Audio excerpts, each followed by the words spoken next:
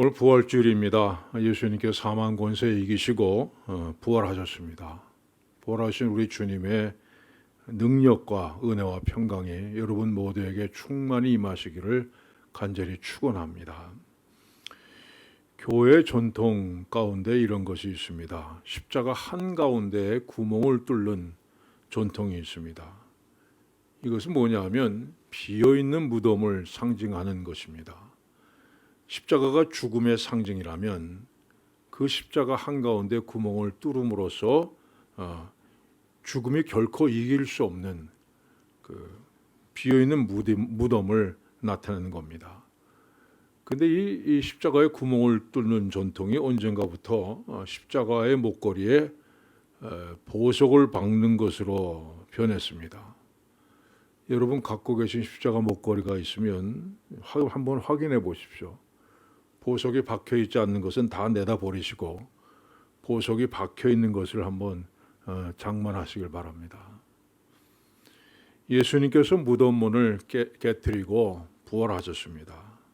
만약 예수님께서 부활하신 사실이 없다면 정말 우리의 믿음은 아무것도 아닙니다. 그래서 사도 바울은 이렇게 말합니다. 그리스도께서 만일 다시 살아나지 못하셨다면 우리가 전파하는 것도 헛것이고 너의 믿음도 헛것이며 우리 믿음의 핵심은 예수 그리스도께서 내 죄를 위해서 죽으시고 사흘 만에 다시 살아나셨다는 그 사실입니다. 이것이 우리 믿음의 한복판에 굳게 서 있는 진리입니다. 미국의 레이몬드 무디라고 하는 의학 박사가 죽었다가 살아난 사람들을 150명 만났습니다. 어떻게 만나느냐? 그가 만난 사람들은 대부분 심장병 환자들입니다. 이 심장이 멈춘 사람은 죽은 거죠. 근데 이 심장 마사지를 하거나 전기 충격요법으로 해서 소생시키는 경우가 많이 있습니다. 이렇게 죽음 일보 직전까지 갔다가 돌아온 사람들의 체험담을 바탕으로서 삶, 그 다음에 삶이라는 제목으로 책을 엮어냈습니다. 그 중에 대표적인 사례를 보면 이런 얘기가 있습니다. 한 남자가 죽어가고 있다. 가장 심한 육체적 고통에 도달했을 때 그는 의사가 자기가 죽었다고 말하는 것을 들었다. 바로 그때 그는 자신이 몸 밖에 나와 있는 것을 깨달았다. 그리고 저 아래로 내려다 보이는 자신의 죽은 몸을 둘러싼 사람들이 슬피 우는 것이 보였다. 그리고 그 다음 순간 자신의 삶의 중요한 사건들이 마치 영화를 보는 것처럼 스쳐 지나갔다. 그 다음에는 길고 어두운 터널을 지나갔고 터널 끝에 이르렀을 때 이 세상의 빛과는 전혀 다른 신비한 빛이 눈부시게 비춰오는 것을 경험했다. 바로 그것이 이 세상에서의 삶과 저 세상에서의 삶의 경계선이었다. 너무도 평화로웠다. 하지만 아직 죽음의 때가 오지 않았다는 이유로 그는 다시 이 세상의 삶으로 돌아와야 했다. 그는 다시 살아나서 사람들에게 이야기를 해주었지만 사람들은 그를 비웃었고 그는 입을 다물어 버렸다. 그러나 그의 경험은 그의 삶을 변화시켰다. 대체로 이런 내용입니다. 근데 신기한 것은 죽었다가 깨어난 사람 150명 모두가 마치 입을 맞춘 듯이 똑같은 경험을 얘기한다는 겁니다. 자, 그런데 우리는 죽은 다음에는 무엇이 있는지 알지 못합니다. 죽음 직전에 돌아온 사람은 있는데 완전히 죽음의 세계로 넘어갔다가 다시 돌아온 사람은 한 사람도 없기 때문입니다. 그 죽음은 언제나 우리에게 두려움을 가져다 줍니다. 여러분, 그럼 우리가 죽는 이유가 도대체 뭡니까? 우린 죽는 걸 당연하게 생각하죠. 태어나고 늙고 죽는 거다 생각하는데 하나님께서 사람을 창조하실 때는 죽으라고 창조하신 것이 아닙니다. 하나님의 세계에는 생명만 있지 죽음이라는 단어가 없습니다. 하나님께서 아담과 하와를 만드시고 이렇게 말씀하셨습니다. 생육하고 번성하여 땅에 충만하라. 그런데 아담과 하가 하나님의 명령을 어기고 선악과를 먹을 때 하나님께서 이렇게 말씀하십니다. 너는 흙이니 흙으로 돌아갈 것이니라. 자, 그러니까 우리가 죽는 것은 우리가 죄를 지었기 때문입니다.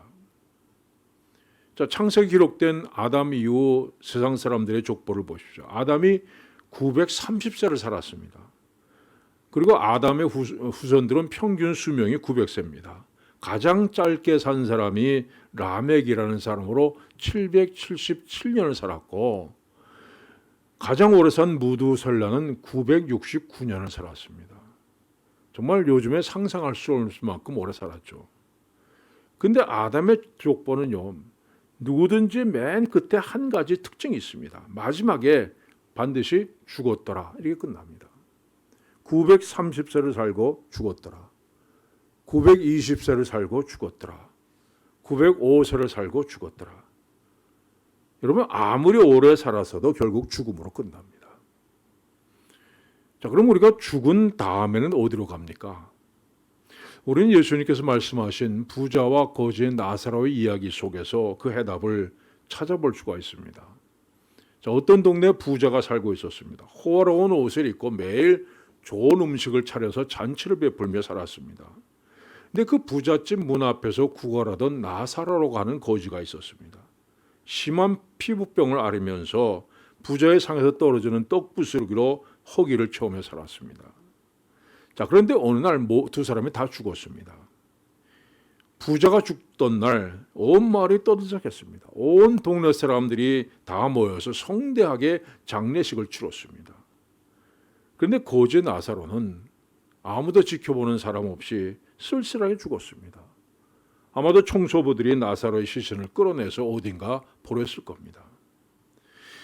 자, 그런데 이렇게 화려한 장례식과 쓸쓸히 죽어간 거지의 죽음 사건이 일어난 바로 그날 우리 눈에 보이지 않는 세계에서는 너무도 대조적인 장면이 펼쳐지고 있었습니다.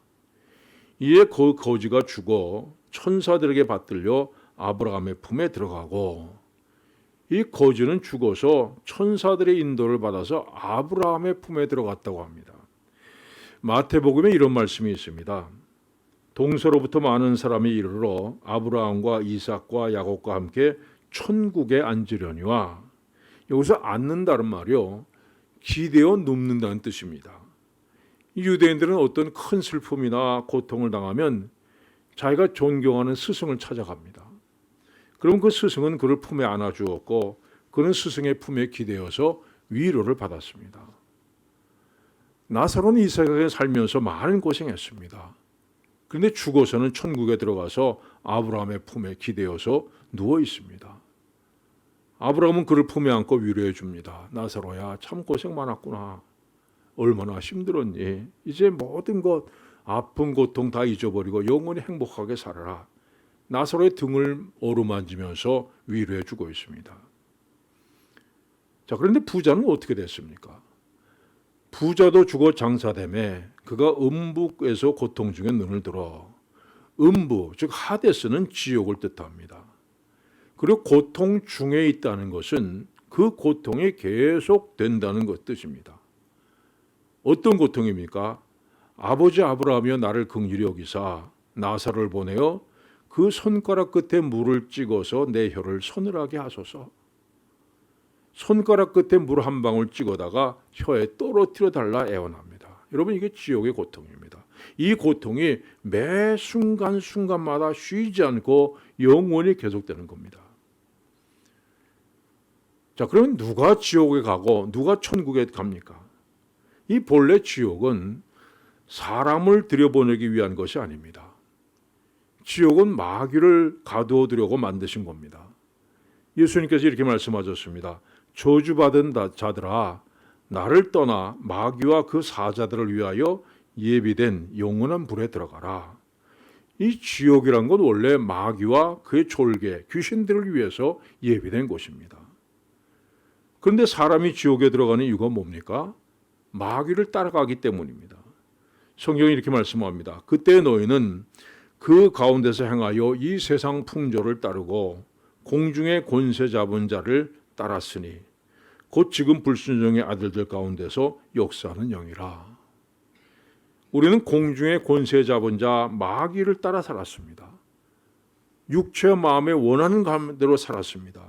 우리는 마귀를 주인으로 섬기고 마귀와 함께 살다가 마귀와 함께 지옥에 떨어질 수밖에 없는 사람들입니다. 예수님께서 무덤에 묻히신 지 사흘째 되던 날 이른 새벽에 이 막달라 마리아가 예수님 시체에 향유를 바르기 위해서 무덤을 찾았습니다. 근데 가보니까 예수님의 시체가 없어졌습니다.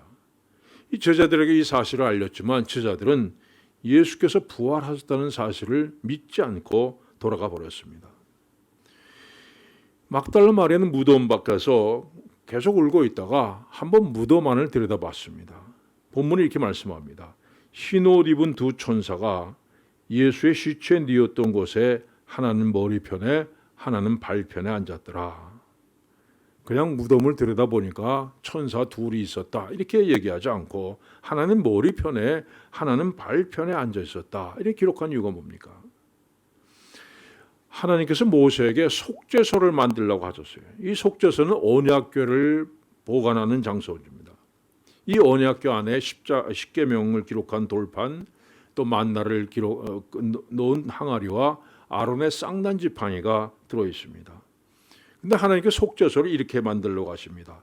금으로 그룹 둘을 속죄소 두 끝에 쳐서 만들되 한 그룹은 이 끝에 또 한 그룹은 저 끝에 곧 속죄소 두 끝에 속죄소와 한 동요로 연결할지며 이 속죄소 두 끝에 양쪽 끝에 그룹 즉 천사 둘이 마주보고 있는 모양으로 만들라고 하셨습니다.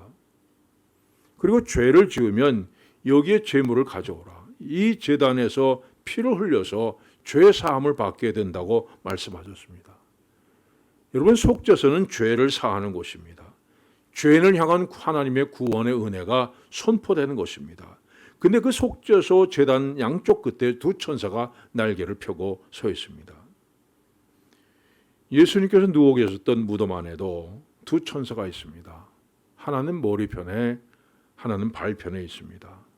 이것은 구약의 속죄소와 똑같은 형태입니다.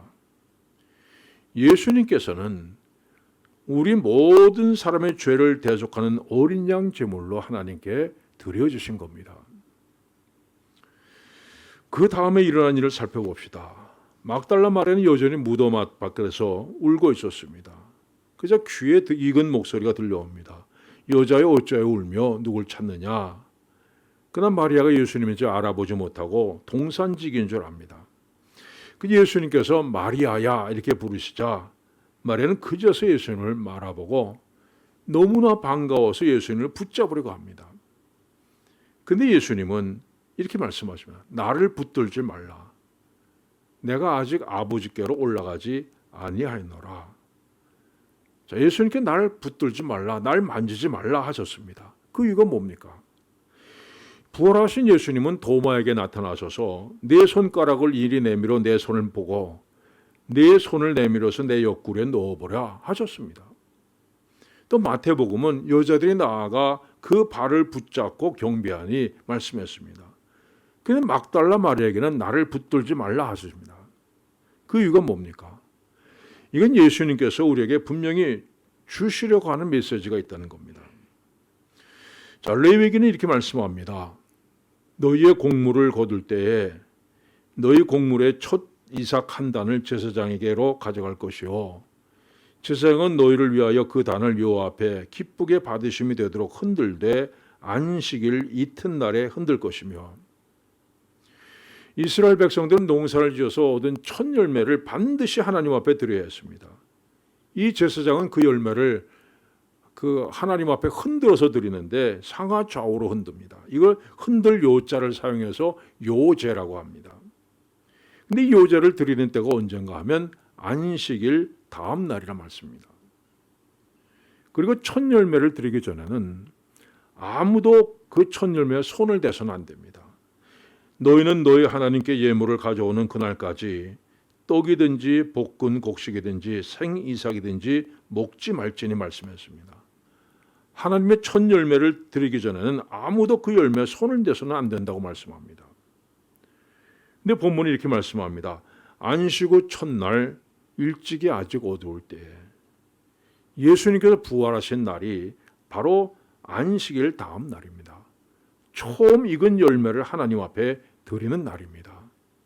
또한 첫 열매를 하나님 앞에 바치기 전에 아무도 손을 대서는 안 됐듯이 예수님도 부활의 첫 열매로 하나님께 드려지기 전에는 아무도 손을 대서는 안 됐던 것입니다.